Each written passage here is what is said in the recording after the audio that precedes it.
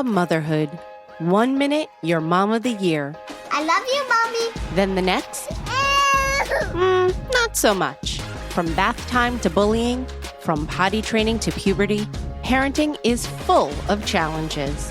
But one thing is for certain, you are not alone. Welcome to Modern Mom Probs. I'm your host, author, mother, parenting expert, Tara Clark.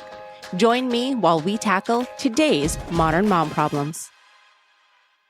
Welcome back to another episode of Modern Mom Probs. Today's topic is talking motherhood and Mother's Day with Tamron Hall.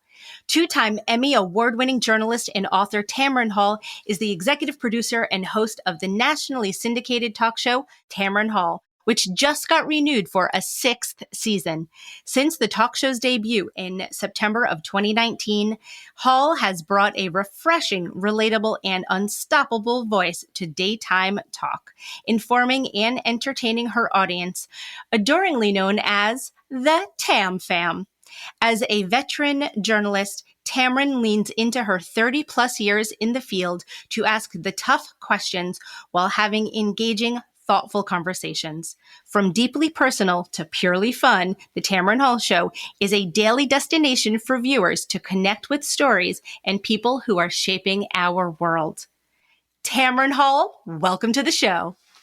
Oh, thank you for the warm welcome. I'm excited to jump into the conversation. I am thrilled to have you here. So you are a multi-hyphenated woman. You are a mother. You are an author. You are, of course, an award-winning journalist and talk show host.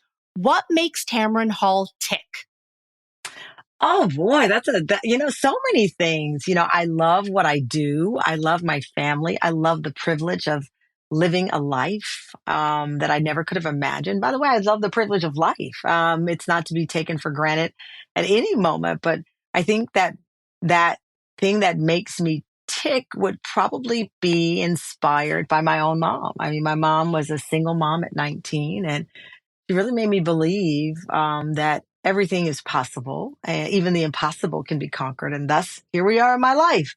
Yeah, that's it. I also was raised by a single mom, and she always told me, be the best at what you do. Even if you are a garbage man, go out there and be the very best garbage man you could be. Yeah. And so And here we I are. think what they mean by that is trying, because I mean, how does one become the best, right? And it's measured in many, many ways. We just got it off the set, and we were talking Mary J. Blige in her first interview since being inducted into the Rock and Roll Hall of Fame. And here's this young woman who faced, all of these seemingly insurmountable odds growing up. And she said, I credit my mom with, really pouring this confidence in me. And I think when our parents tell us to be the best, that means just giving it all you got, right? Because how you measure that you're the best sometimes won't come in accolades. It won't come with people saying you're the best. It's how you feel about the work and the contribution you're giving. Yes, which is a perfect segue into Mother's Day. So you have a Mother's Day extravaganza coming out on May 10th. What can we expect from it? This is our 3rd annual Mother's Day party celebration. And I got to tell you, the inspiration from what we do and how we approach it really is the fact that I like to call myself a late to the party mom. I was 48 when I had my one and only child. And also the fact that for me, the journey of nurturing for most of my adult life was through the lens of my nephew, who's now 27, and my nieces, his sisters. And I really wanted a Mother's Day show that celebrated all versions of mothering, all versions of nurturing, versus, okay, if you're not a mom, you're not in this party. And that was really important. So when we decided to build this show, it really was with the intention of motherhood. Obviously, this is not to minimize those who have that very specific journey of a kid in the home and all that, but it's to include the journey I had as an aunt and plus one mom, you might say. It came also. I will tell you, I wrote an op-ed some years ago just about as a single woman and people assuming a lot of things about me being without a child. And I wrote this, and I was on the tarmac of a flight, and this woman came up to me and she said, I'm a stepmom and I'm his mom. And so often people will say, you don't understand because you're not a mom. And she said, but I am his mom. I am with him all the time. And we're sobbing, on this runway or whatever, this tarmac of this flight. And so the show is inspired by that. It's a celebration. I have one rule. There's always a time to talk about the challenges of motherhood, but I want to talk about the joys. I didn't want the hour to be, why it's so hard, why it's so difficult, why, because we know that, and there is a specific conversation about that. But I wanted it just to be celebrating people who've taken on this journey and the joys. A true celebration. Yeah, a true celebration. Speaking of celebration, your little guy just had a birthday. Yes, he just turned 5. It's wild. I was at his school yesterday for the in-school birthday. His actual party is a couple of days on the weekend, but a couple of days away on the weekend. But we were at his school, and he said, he doesn't like cake. He doesn't like cupcakes. I don't know why. My son doesn't either. Who are these I little don't AIs that have come know. into our lives? He does not. We'll go to a birthday party and everyone else is eating cake except for him. He's there My like, kid's no, the same thank way. you. I'm good. No, that's my kid the same. He doesn't like ice cream. He actually only likes a certain lollipop, and it is a lollipop that's also meant to help brush your teeth. I'm like, of course you would like the healthy lollipop. I don't know who you are. So he said he wanted banana bread. I was like, okay. That's my son's favorite too. Yeah, they're the same. It must be a savory note, but he wanted me to play Kids Bop. He likes Dua Lipa levitating in a song called Astronaut in the Ocean. So I made a playlist. And I know it's insane. Wait, hold up. They have Astronaut in the Ocean on Kids Bop. On Kids Bop. And my kid is like, what you know about rolling down in the deep? And I was like, I'm afraid to look this song up, but it's the Kids Bop version and he loves it. So he listens to Dua Lipa levitating. And now his new one is Party Rock. Everybody in the house. That's tonight. Classic song. Oh my God. I am raising a kid who's either going to be South Beach when he gets 18 or Ibiza, but he's definitely into that kind of party for sure. So we had Ibiza meets preschool yesterday, and it was very fun. And I read a book. They had me read a book, See You Later, Alligator. I think that was the book. Did he get to choose the book? He did. And oh my gosh, you talk about all week long. That was, it's so funny when you're raising a little one. And now he's at this age where, gosh, it's the things that are important to him, like his birthday, of course. But I said, what book do you want me to read? And he's like, well, Dragon on 13th Floor, because Victor's mom read it. And I was like, okay, well, I'm on looking for the book I can't find. So I was like, okay, I can't find that book. Mom, but I want it. I said, okay, you have to pick another book. He goes, okay, Larry Goes to Los Angeles, which is his other favorite book. It's like, okay, fine. Then the day of completely changes. Okay, no. I want, See You Later, Alligator. I was like, okay. But it's just so cute to see him, this was so important how his mom presented, right? Like we so often worried about how our kids present, behave yourself. I don't want people to think I'm a bad mom. He was now looking at how his peers were going to view his mom. Yes. And he wanted me to have the best material. And I just thought it was the most precious thing because we do obviously focus a lot on them, but it is a reminder that they see us. And when we talk about, bullying or toxic behavior and these things that are the negative that we all can project at any time, these are the little eyes that are watching. And he really was wanting me to be in the best light. His mom, his dad are coming. And it really was this reminder that they're always watching, and our behavior and what we do matters to them as much as theirs matters to us. Yes. He wanted to tee you up for success. Yeah. Just like you tee him up for success. 100% he did. And I thought it was adorable. Oh, I love that. That is so cute. And I rocked it. I did a whole performance with the book. Of course you did. I felt the pressure. No, I don't know. I was like, at first I would have just read it, but I'm like, ooh, he's sitting in front of me. I'm like, I got to bring action, ready, set, go for him. Yeah, you did. Oh, that's the best. Oh my gosh, I love that. So I'm going to ask you a personal question here. What do you want for Mother's Day? Oh, for Mother's Day, I am a big breakfast in bed person. And so that's all I want. I think I'm working and I'm coming back that morning, but I love breakfast in bed. And my son loves to bring in the little tray and put it in. Mom, we made breakfast for you. It's so good. I love it. Love that. And then do you walk out in the kitchen as a disaster, or does your partner take care of No. that? Yeah, my husband takes care of it. He does a really good job with it because he knows I'm a neat freak and I cannot not have everything spick and span. So he does. And then one year he did splurge. He found this woman. She's a chef and she was doing these Mother's Day at home in bed things. And so she came in and like made like eggs and he walked in as if he made it. I was like, really? But it was cute. He goes, you can't come out. You cannot come out. You have to stay in, which I thought was a very smart. It was a mom who created this business, and specifically on Mother's Day, she keeps it simple, but she comes in and she helps. So it's not like this big elaborate thing, but it's to help husbands who are trying to do breakfast in bed. So he kept saying, "You can't come out. You can't come out." And then Nick came in with the tray, and I was like, "These eggs are awfully fluffy. Who made these eggs?" So it's cute. It's very cute. As my son would say, that's sus. I love it. I love it. I love it. Oh, that's a great idea for a business, though. I may have to Isn't give it? her Yeah, a I call. thought it was very smart. Very smart.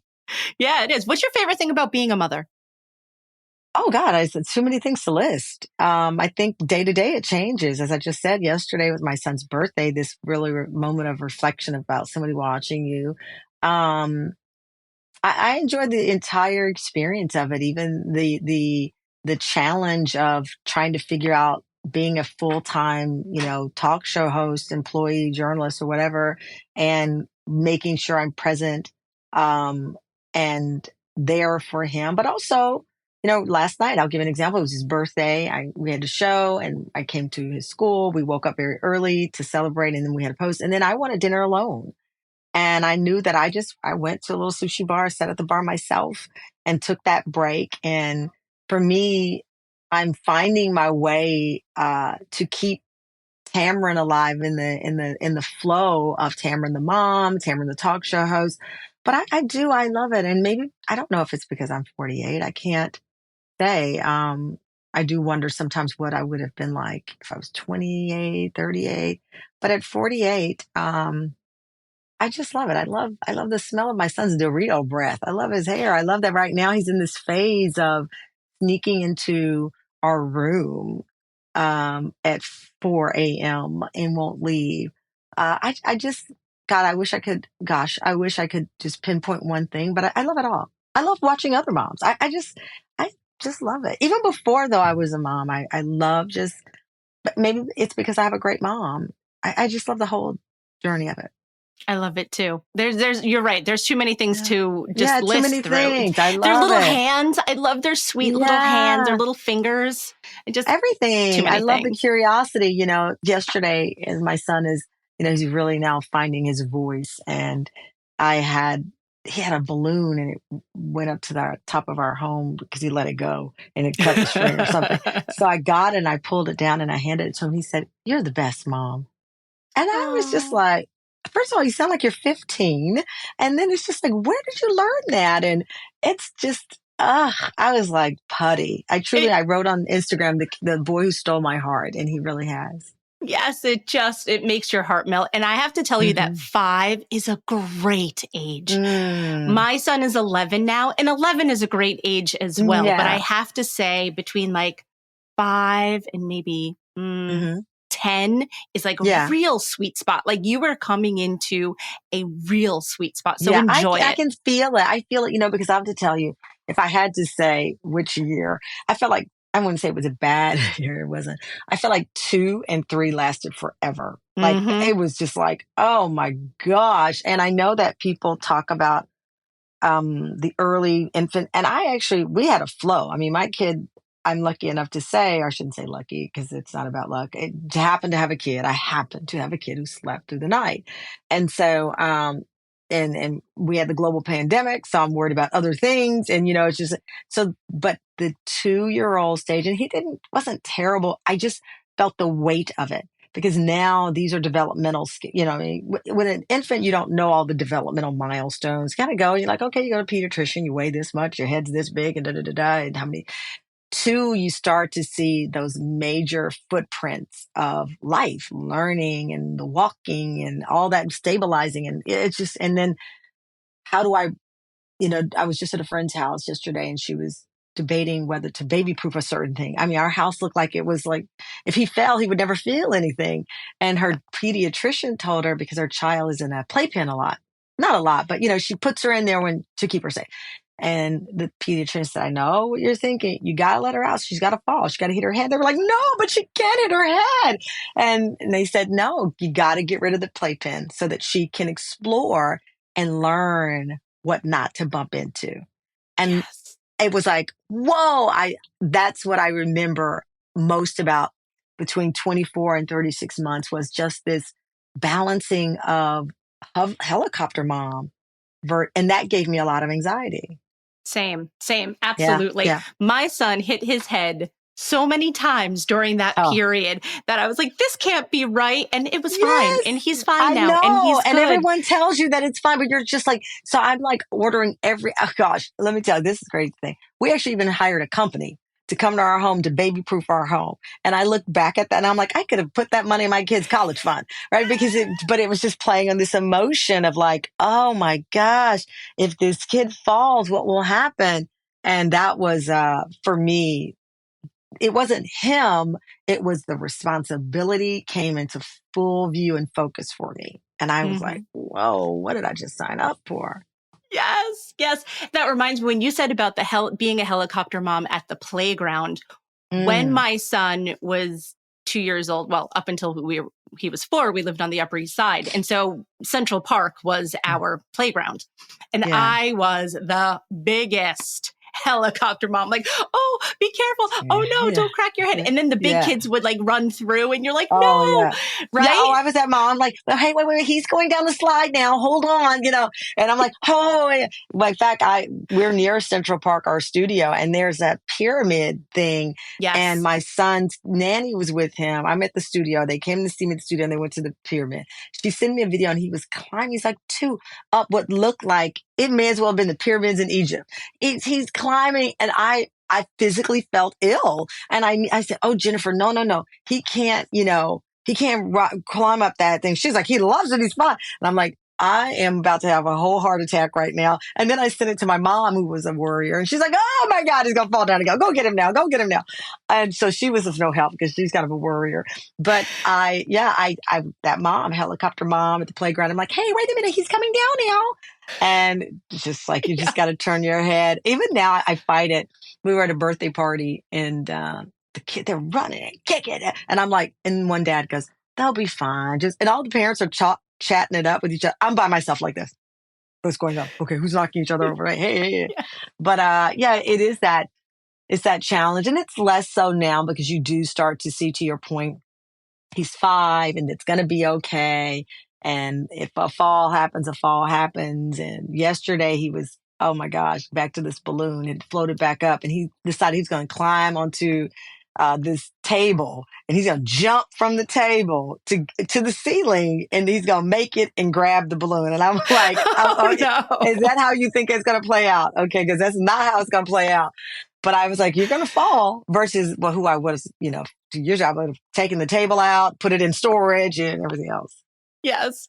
I can say one bit of motherly advice here is the older the children get, the less anxious you are about certain things like that. Ooh, thank you. I hope so. Because that's the thing that sticks with me the most now. Even, we live in New York City and we walk a lot and I'm clutching his hand for dear life most of the time. And so my girlfriend's daughter is about his age, but she's much more mature than my son. And she's like a block up.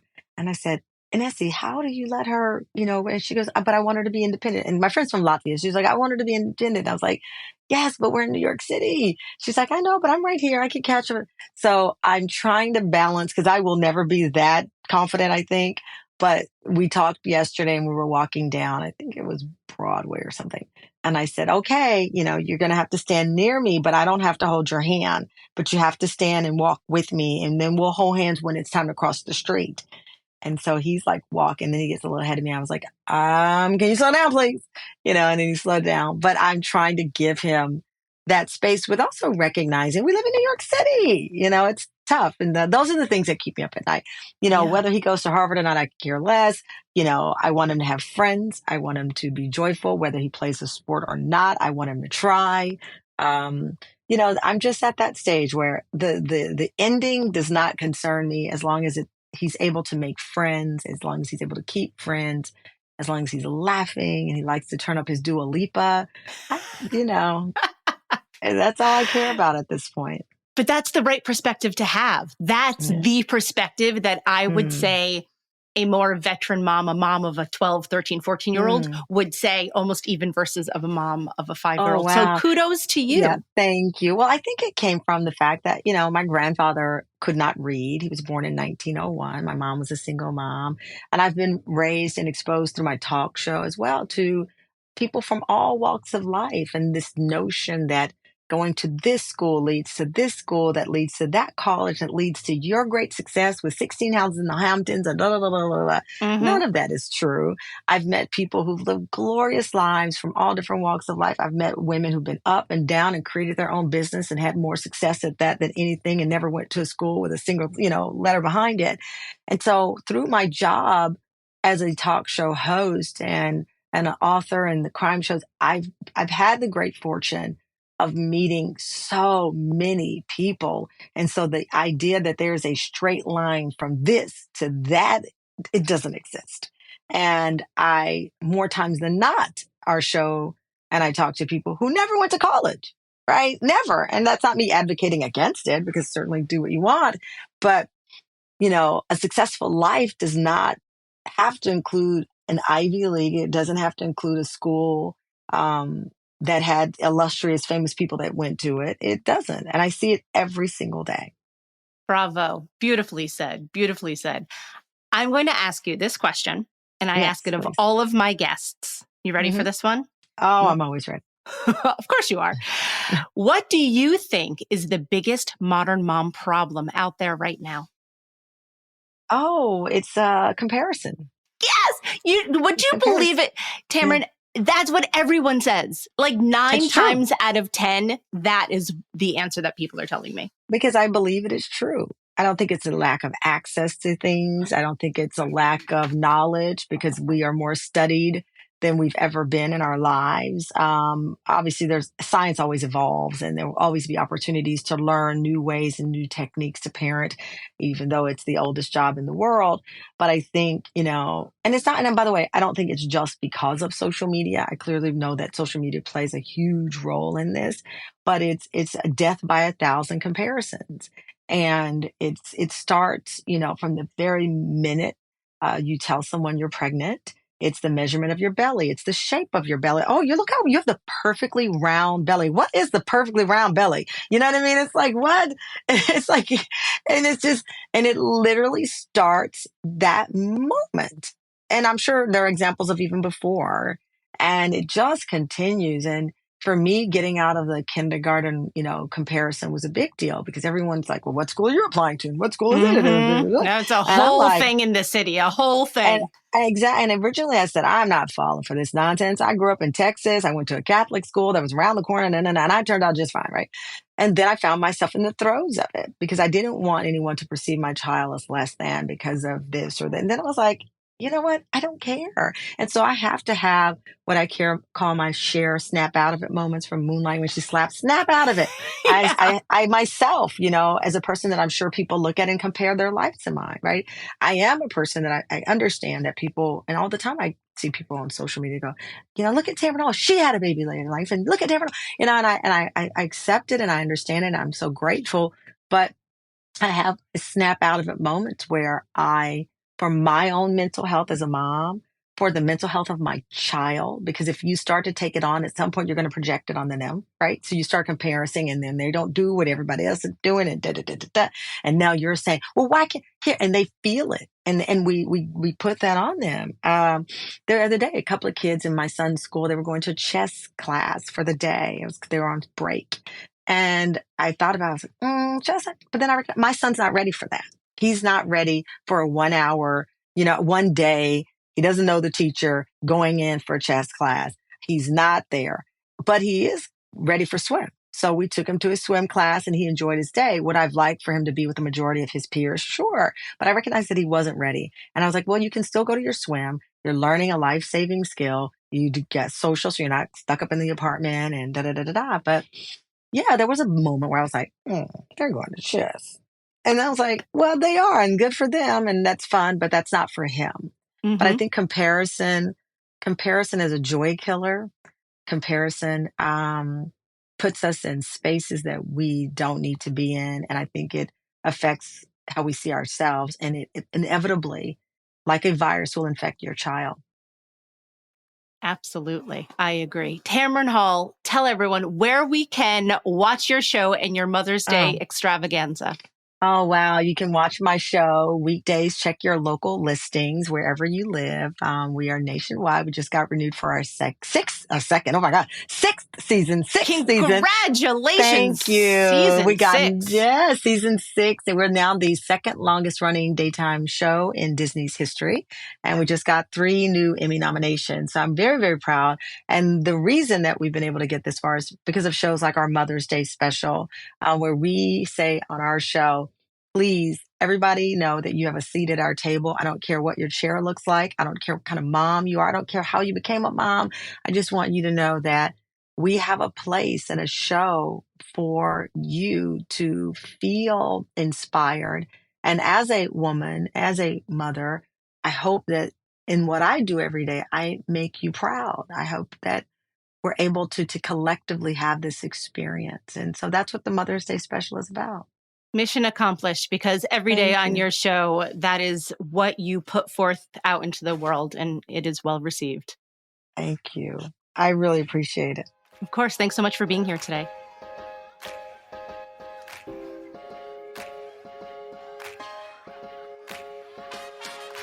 Thanks for listening to today's episode of Modern Mom Probs.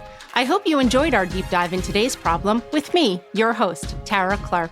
Join me next time when I'll be interviewing another great guest and tackling another modern mom problem. If you enjoyed today's episode, please leave us a review and a rating. As always, you could head over to Modern Mom Probs on Instagram and give me a follow, or check out my book, Modern Mom Probs, A Survival Guide for 21st Century Mothers, available online wherever books are sold. Well, that's it for today. See you next time, folks.